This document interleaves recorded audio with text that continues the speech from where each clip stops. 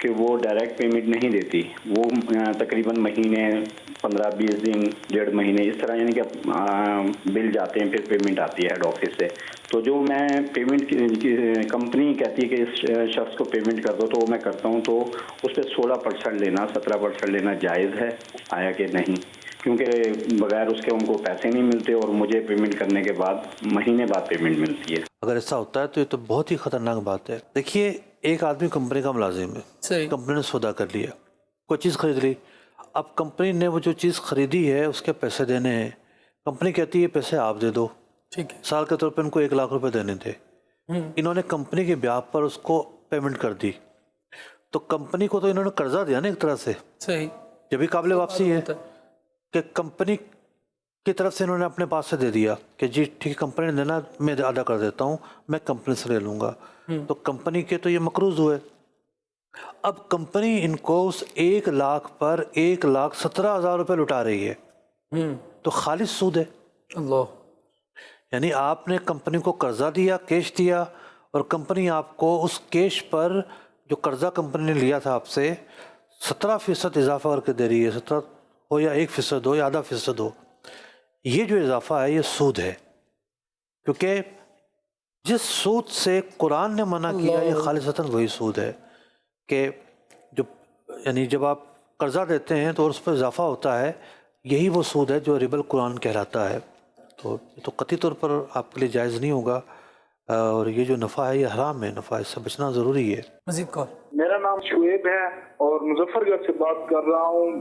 میرا سوال یہ ہے کہ قسطوں پہ مکان بندہ لے سکتا ہے اگر 3.5 لاکھ ایڈوانس ہوں اور 15-20 ہزار قسط ہو اس کی، لے سکتے ہیں؟ بعض بلڈر جو ہیں جو انہوں نے قیمت بتائی ہے اس قیمت میں بینکوں سے معاہدہ تو نہیں ہو رہا ہوگا.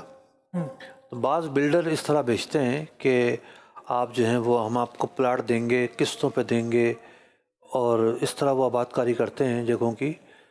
تو بینکوں سے جو ڈیل ہو رہی ہوتی ہے اس کو ہم الگ رکھتے ہیں. آپ کا سوال بینکوں کے پس منظر میں ہے بھی نہیں.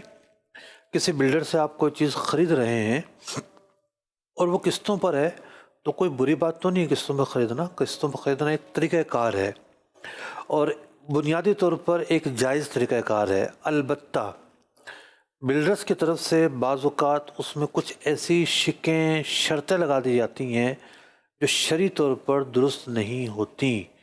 تو جو آپ معاہدہ کرنے لگیں تو کسی مفتی صاحب سے، دارالفتہ اہل سنت سے آپ چیک کروا لیں اس میں کوئی ایسی شک تو نہیں ہے جو ناجائز ہے. تو اس شک پر بلڈر سے بات کر لیں گے بھئی یہ شک آپ ہٹا دو. تو وہ شک جب تک نہیں ہٹے گی وہ معاملہ جائز نہیں ہوگا. ٹھیک. مزید کال دیجیے. میرا مفتی صاحب سے یہ سوال ہے کہ میں ایک فری لانسر اینیمیٹر اور گرافکس ڈیزائنر ہوں. میرے پاس کارپوریٹ کلائنٹ کے کام کے ساتھ ساتھ فیشن ریلیٹڈ کام بھی آتے ہیں، جیسے کہ فیشن شو کے پوسٹر ڈیزائن جس میں ماڈلز کی تصویریں بھی ہوتی ہیں، ماڈلز بھی ہوتی ہیں. اور اس کی آمدنی حلال ہے یا حرام ہے؟ براہ کرم اس کے بارے میں بتا دیں، اور اگر اس میں کوئی کرائٹیریا ہو جس سے میں کام کر سکوں اس کے بارے میں بتا دیں. دیکھیے کرائٹیریا تو آپ کو معلوم ہے جب بھی آپ نے سوال کیا ہے، اسی لیے آپ نے تمیز بیان کی ہے کہ بھئی ایک تو کام وہ ہے جو میں کارپوریٹ کلائنٹ کے لیے کرتا ہوں، وہ ظاہر بات ایک پروفیشنل کام ہوتا ہے کہ بھئی کسی کی سروسز دینا بنیادی طور پر کام ہوتا ہے. اور ایک یہ ہے کہ ماڈلز کی تصویریں لگتی ہیں. تو فرق تو آپ کے ذہن میں بھی ہے جب بھی آپ نے سوال کیا ہے.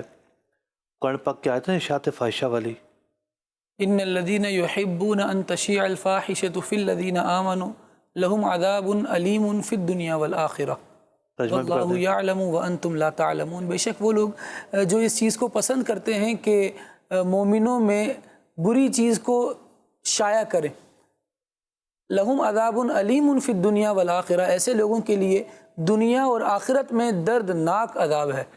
اشاعت فاحشہ جو ہے یہ ایک کنسپٹ ہے جو قرآن پاک نے ہمیں دیا ہے کہ مسلمان کسی بھی طور پر اشاعت مطلب نشر کرنا، پھیلانا، فحش چیز کو، بری چیز کو، گندی چیز کو، نازیبا چیز کو پھیلا نہیں سکتا. یعنی اگر اس آیت کے اطلاقات سے ہٹ کر ہم اس کے نتائج دیکھیں کہ کہاں کہاں ہمیں بچنا ہے، تو آج سوشل میڈیا پر جو گند بلا ہے وہ ساری چیزیں جو ہے نا روکنے کا حکم اس آیت سے اخذ ہوتا ہے. کسی کی شخصیت کو اچھالنا ہو، ٹھیک ہے نا، کسی کے عیوب کو اچھالنا ہو، کسی جگہ کوئی گندا کام ہو گیا اس کو لے کے پرچار کرنا ہو، تو یوں اشاعت فاحشہ کی اجازت ہی نہیں ہے. جب ایک خاتون جو ہے اپنے جسم کی نمائش کر رہی ہے اور باڈی کو نمائش کرنے کے اسے پیسے ملتے ہیں، اور اس کی وجہ سے یہ نمائش کرنا ایک غلط کام ہے، اور اس غلط کام کو جو نشر و اشاعت کرے گا وہ اس آیت کے ضمن میں آئے گا. یعنی اس آیت میں جو مذمت بیان کی گئی ہے اس مذمت کا وہ مستحق ٹھہرے گا. تو یوں ایک مسلمان کے لیے قطعی طور پر بھی یہ روا نہیں ہو سکتا کہ وہ اشاعت فاحشہ کرے، بری چیزوں کو پھیلائے، بری چیزوں کو عام کرے، برائیوں کے پھیلاؤ میں معاون و مددگار بنے. تو قطعی طور پر اس کی اجازت نہیں ہے. اللہ کریم جل وعلا ہمیں ان بری چیز سے محفوظ فرمائے. مجھے میں چاہوں گا کہ یہاں پر اگر تھوڑا سا اس موضوع پر بھی ہم آپ گفتگو فرمائیے کہ جو لوگ اس طرح کے کاموں میں ملوث ہوتے ہیں، معاشرتی طور پر اشاعت فاحشہ کے جو اثرات پڑتے ہیں اور اس کے جو نتائج برآمد ہوتے ہیں وہ کس طرح سے افیکٹ کرتے ہیں بالخصوص نوجوان طبقے کو یا ان افراد کو جو کسی ایک خاص طبقے کی حمایت کرتے ہیں یا ان کے دفاع میں سامنے آ رہے ہوتے ہیں؟ اصل میں دیکھیے، بعض چیزیں وہ ہوتی ہیں جو صرف بناوٹی ہوتی ہیں. یعنی فلموں کا کلچر، ڈراموں کا کلچر، فلموں اور ڈراموں کے اندر دکھائے جانے والے مناظر یا دکھائے جانے والی چمک، محلات، فلاں فلاں فلاں، اب ہر شخص سوچتا ہے کہ دنیا واقعی ایسی ہے، ایسی تو نہیں ہوتی. ٹھیک ہے نا. تو ڈراموں کے اندر جو چیزیں کریٹ کی جاتی ہیں وہ بناوٹی پہلو ان کے اندر ہوتا ہے. صحیح. اسی پہلو کے اندر ایک چیز کیا ہوتی ہے؟ لباس. کون سی بچیاں جو ہے اس لباس میں ہوتی ہیں گھروں میں جو ڈراموں میں دکھائی جاتی ہیں. ٹھیک ہے. نہ جانے کتنے نام ہیں، میں نام لیتے ہوئے بھی جو ہے نا میری زبان بھاری ہو رہی ہے، میں لوں گا بھی نہیں، جو مختلف لباسوں کے ہیں. وہ لباسیں مسلم کلچر کا کہاں حصہ رہا ہے؟ کہیں بھی حصہ نہیں رہا. ٹھیک ہے.